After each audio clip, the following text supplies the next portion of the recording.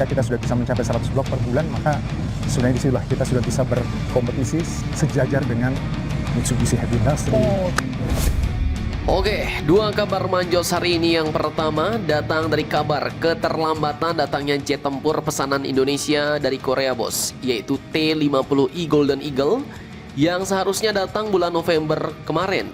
Nah, sampai tahun baru ini batang hidungnya pun belum nampak, bos. Dan amsyongnya keterlambatan ini kabarnya ada kaitannya dengan prinsip One China Policy yang dianut Indonesia. Nah loh, gimana tuh, bos? Setelah ini kita kupas. Kemudian kabar kedua nanti datang dari kebangkitan dan rencana besar PT PAL Indonesia yang baru-baru ini terbongkar dari hasil wawancara Bapak Dahlan Iskan bersama dengan Dirut PT PAL Bapak Karodin Jenot, di mana PT PAL ini sebenarnya dulu sempat hampir pilot, bos, namun bangkit hanya dalam waktu 3 tahun dan kini punya rencana besar menyatukan seluruh galangan kapal BUMN Indonesia, bahkan kini mau buat armada bawah laut Indonesia dengan kecerdasan buatan. Nah, seperti apakah itu? Penasaran beritanya? Cus, Markipas, mari kita kupas berita lengkapnya satu per satu, bosku. Oke, yang pertama kita bahas update soal kedatangan jet latih tempur ringan T-50E Golden Eagle untuk TNI Angkatan Udara yang belakangan jadi sorotan, bos. Jadi sebenarnya jadwal kedatangan T-50E ini sudah disampaikan secara resmi Wakil Kepala Staf Angkatan Udara Marsja TNI Teddy Rizali Hadi pada 1 Oktober 2025 kemarin. Di kantor Kemhan menyebutkan bahwa 2 unit T-50E dijadwalkan tiba pada tanggal 18 November 2025. Sementara 4 unit sisanya menyusul pada Maret atau April 2026. Namun yang jadi pertanyaannya, kok hingga tahun baru tadi malam 2 unit pertama itu belum juga nampak batang hidungnya, ya kan? Apa penyebabnya? Nah, ini admin kutip dari akun di SDS Indonesia Strategic and Defense Studies, bos. Jadi menurut informasi yang berkembang, keterlambatan ini pun bukan karena pesawat belum selesai atau masalah teknis, bos, melainkan terkait jalur pengirimannya nih. Sang produsen yaitu Korea Aerospace Industries atau KAI awalnya berencana mengirim pesawat ini lewat jalur laut dengan transit di Taiwan. Namun amsyongnya, rencana ini kemudian ditolak oleh Kementerian Pertahanan Indonesia karena bertentangan dengan kebijakan One China Policy yang dianut Indonesia, bos. Nah, Kemenhan pun kabarnya memberi alternatif. Kalau gitu transitnya lewat Tiongkok saja, ya kan? Dan malah giliran KAI yang bilang kami keberatan. Kenapa? Alasannya karena buat Korea Selatan, transit alutsista strategis di Tiongkok itu rawan banget, bos. Dengan isu keamanan, kemudian teknologi dan intelijen. Pokoknya transit alutsista ini bukan sekedar numpang parkir doang. Akhirnya apa yang terjadi? Kalau lewat Taiwan, Indonesia nggak mau, lewat Tiongkok, Korea yang nggak mau, dan kini jalur alternatifnya pun belum ketemu alias deadlock. Dan perlu kalian pahami juga, One China Policy ini bukan hal khusus Indonesia doang, bos. Kebijakan ini juga dianut oleh sebagian besar negara-negara di dunia, bahkan termasuk Jepang dan Amerika yang secara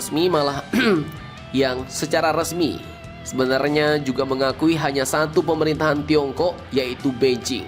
Taiwan itu nggak ada, bos, secara resmi ya.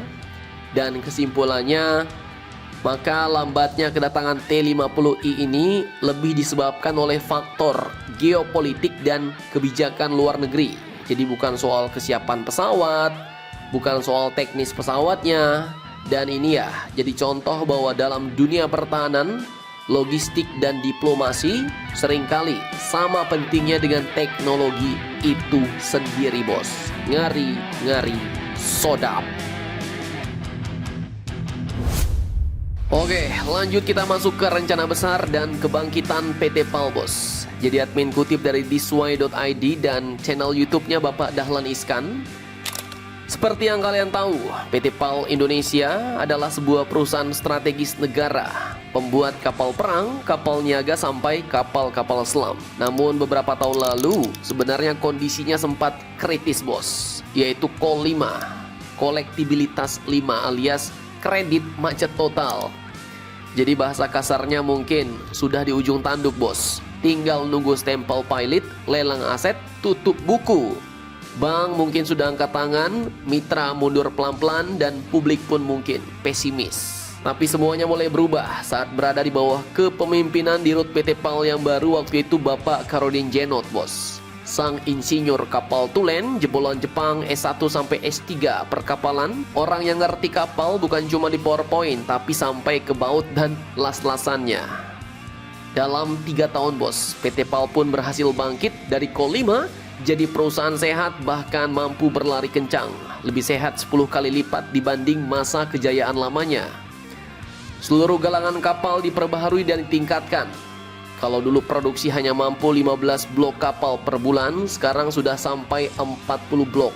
Bahkan target 2027 katanya sampai 100 blok per bulan. Nah, sebagai bayangan kapal itu dibangunnya per blok bos. Jadi kayak Lego versi berat puluhan ton. Kapal kecil 20 blok, kapal besar Panamax bisa sampai 110 blok. Dan kalau target ini tembus, 2027 100 blok per bulan, kata Karodin Djenot, PT PAL bisa setara dengan galangan kapal raksasa Jepang, tempat dia kuliah dulu. Dan plot twistnya, mungkin ilmu dari Jepang kini dipakai buat membangun Indonesia.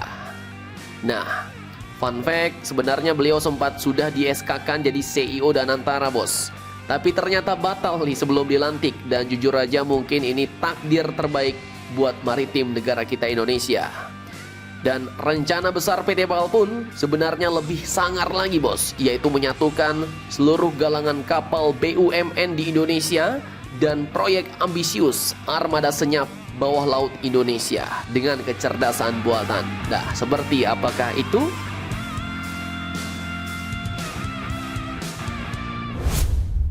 Oke, jadi rencana besar PT PAL selanjutnya adalah Indonesia Maritime Incorporated, yaitu ia berencana untuk menyatukan seluruh galangan kapal BUMN digabung bos.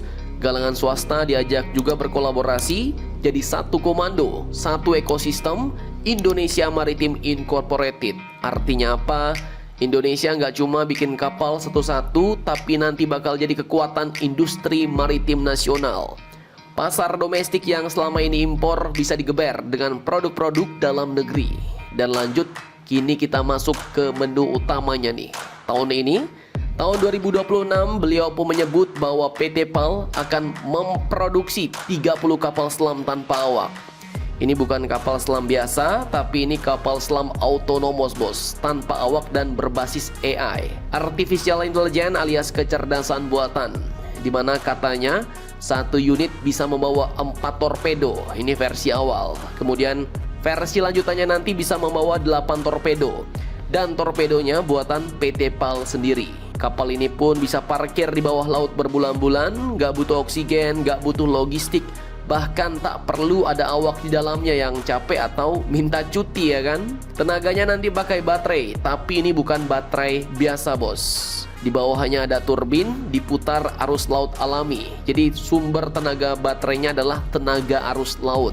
Jadi arusnya muter, turbinya ikut muter karena kena arus, kemudian generator ikut muter dan baterai pun bisa ngecas otomatis bos. Lowbat? Ya nggak kenal kata itu. Kemudian mata dan telinganya menggunakan sensor canggih plus AI. Jadi diam-diam mengawasi choke point strategis Indonesia. Dan bayangkan 30 kapal selam tanpa awak. Setiap pintu masuk perairan bisa dijaga, bahkan biayanya murah banget nih. Satu kapal selam konvensional bahkan bisa setara dengan 30 unit versi autonomous ini bos. Ngeri sedap.